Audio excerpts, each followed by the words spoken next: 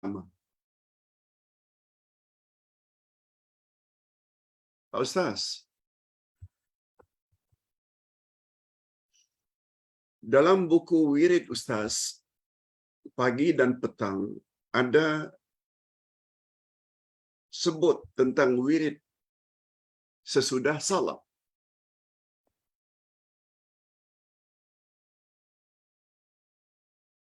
Di mana Ustaz menyebut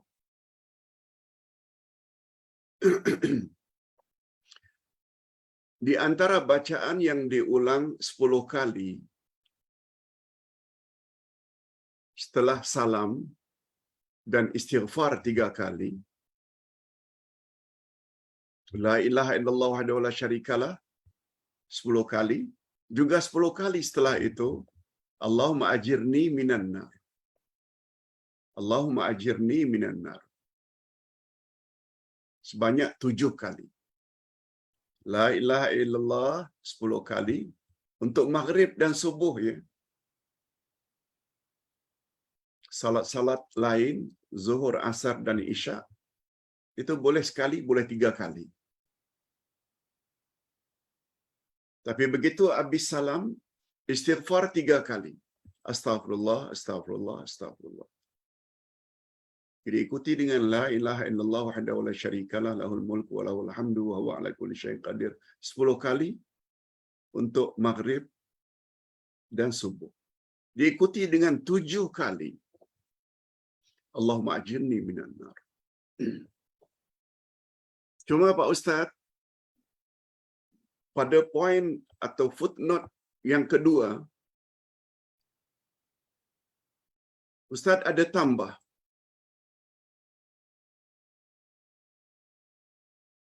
Untuk salat maghrib beza dengan subuh. Untuk salat maghrib, Allahumma ajirni minan nar, maghrib 7 kali, subuh 7 kali. Untuk maghrib khas, sebaiknya diawali dengan Allahumma inni as'alukal jannah dahulu. Allahumma inni as'alukal jannah, Allahumma ajirni minan nar sekali. Allahumma inni as'alukal jannah, Allahumma ajirni minan nar. Artinya, ya Allah, aku mohon kepadamu syurga dan aku mohon dilindungi dari api neraka. Ulang 7 kali. Penambahan Allahumma inni as'alukal jannah khas untuk maghrib saja. Subuh tidak. Kalau subuh, Allahumma ajirni minan nar, Allahumma ajirni minan nar 7 kali. Itu ganjarannya sangat besar. Antara lain ganjarannya, atau fadilatnya, jika dibaca sesudah subuh lalu ia mati pada siangnya, niscaya ia ditulis sebagai orang yang terhindar dari neraka. Demikian juga jika dibaca sesudah maghrib dengan tambahan tadi, lalu dia mati pada malamnya, niscaya dia ditulis sebagai orang yang terhindar daripada neraka. Ini Ustaz tulis juga di dalam buku Ustaz, Pedoman Salat. Muka surat 203 hingga 204. Cuma Ustaz ingin buat sedikit tambahan. Tentang Allahumma ajirni minan nar ini, wirid sesudah salat, tidak disepakati oleh ulama hadis tentang kesahihannya. Ada yang mengatakan sahih, antara lain Al-Hakim, sedangkan yang lain pula berkata dhaif. Hadirin dan hadirat, namun demikian, karena ini menyangkut fadilat amalan, walaupun hadis itu dhaif, boleh dibaca. Boleh dibaca. Demikian penjelasan Ustaz tentang pertanyaan tersebut. Pertanyaan yang kedua. Saya mendapat posting tentang 5 fadilat atau kelebihan Ayatul Kursi, Pak Ustaz. Sahihkah kesemua kelebihan tersebut? Ustaz ingin ajak melihat posting yang dikirim itu, yang diviralkan. Sebenarnya sudah Ustaz jawab pertanyaan ini beberapa bulan yang lalu. Tapi tak mengapa. Coba dengar ya. Manfaat bacaan ayatul kursi. Ustaz baca dulu, kemudian nanti Ustaz akan beri penjelasan. Yang pertama, fadilat atau kelebihan ayatul kursi. Bacalah saat meninggalkan rumah anda. Ketika anda keluar rumah, baca ayatul kursi. Niscaya 70,000 malaikat akan melindungi anda dan seisi rumah yang anda tinggalkan. Yang ini tahu Ustaz tidak ada dalilnya. Yang datang dari Nabi, bila hendak keluar rumah baca bismillah, tawakkaltu 'ala Allah la haula wala quwwata illa billah. Kamu akan selamat haluan pergi hingga kembali. Atau doa musafir lainnya. Subhanallazi sakhara lana hadza. Maaf. Subhanallazi wa inna ila rabbina lamunqalibun. Yes. Subhanallazi sakhara lana hadza wa ma kunna lahu muqrinin wa inna illa rabbina lamunqalibun. Itu kalau musafir perjalanan jauh. Kalau dekat cukup.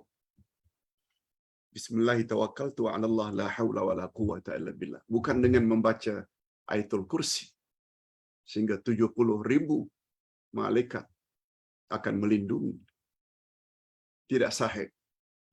Yang kedua, bacalah saat memasuki rumah anda. Kalau tadi keluar, ini masuki rumah anda.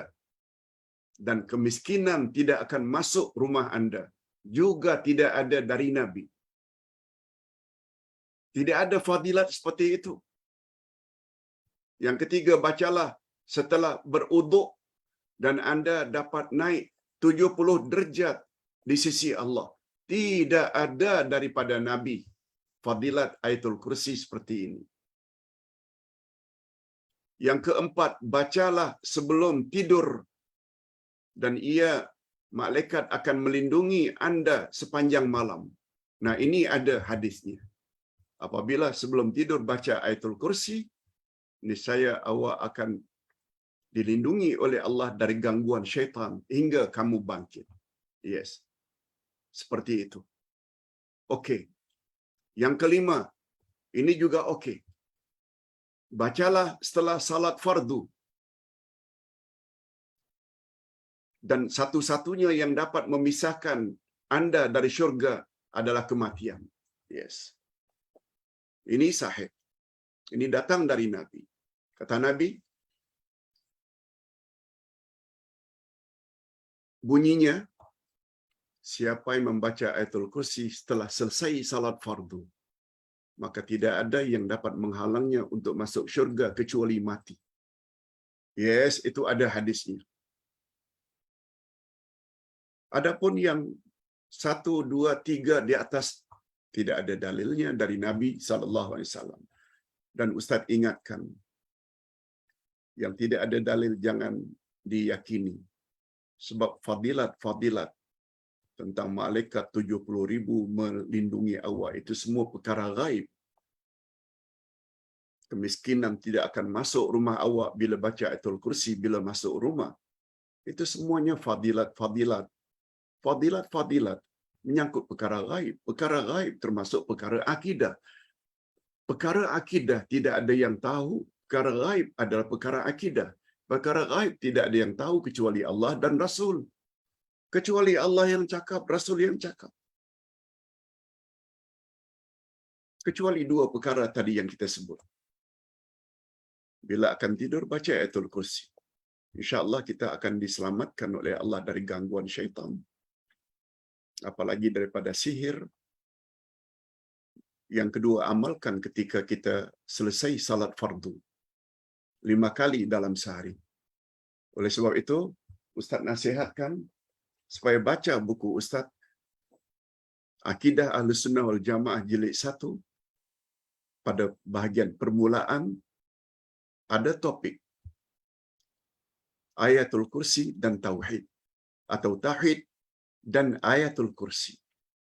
Ada 10 poin di dalam Ayatul Kursi yang menyangkut perkara akidah yang kita kena yakini. InsyaAllah itu boleh membawa kita ke syurga. Terakhir, Pak Ustaz,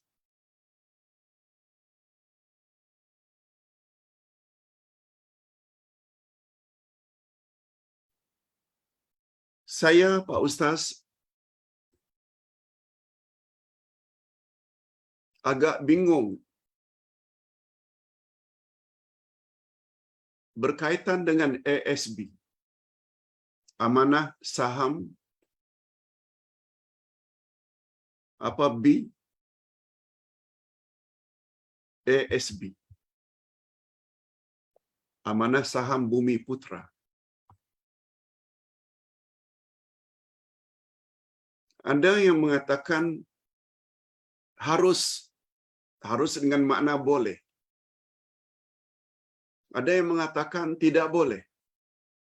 Mohon pencerahan Pak Ustaz tentang pelaburan ASB yang telah difatwakan harus oleh kerajaan. Tetapi saya jadi ragu pula dengan kata-kata yang diposkan di atas yang mengatakan awak akan tahu nanti bila awak dah mati. Maknanya dia cenderung mengatakan itu haram. Hadirin dan hadirat, ini panduan dari Ustaz. Ustaz tadi dah baca ayat 59 dari surat An-Nisa.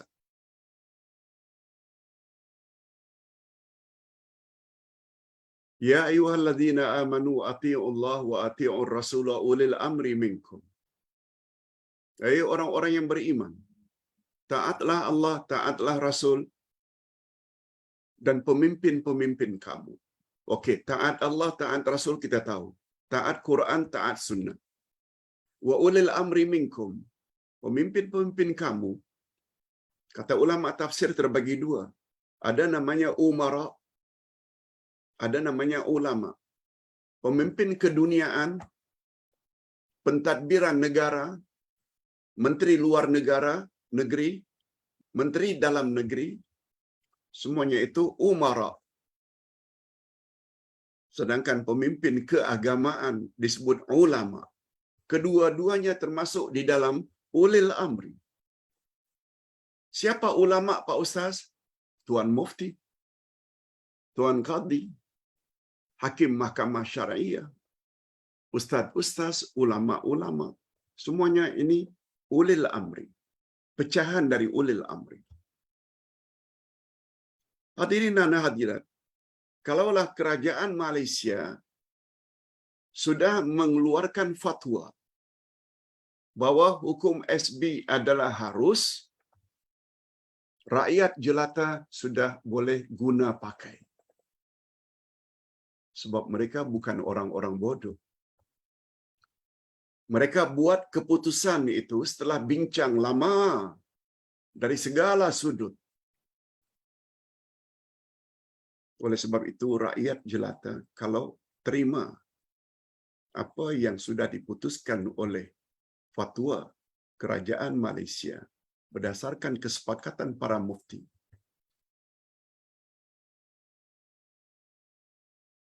ada baiknya jangan dipertikaikan. Sebab Allah suruh taat juga kepada mereka. Dan mereka membuat putusan itu bukan suka-suka hati. Kalau anda secara individu tidak mau ikut, terserah. Karena mendapat pandangan yang lain, terserah. Tapi ya Ustaz maksudkan, kita tak perlu sampai jadi confused, menjadi keliru bila ada fatwa. Sebab fatwa itu boleh kita ikuti. sebab fatwa tersebut dibuat setelah bermusyawarat beberapa kali, bukan sekali dua. Wallahu a'lam. Itu pandangan Ustaz. Kalau ada yang pandangan lain, silakan. Ustaz kira cukup sampai di sini dulu. Mudah-mudahan ada manfaatnya. Kita jumpa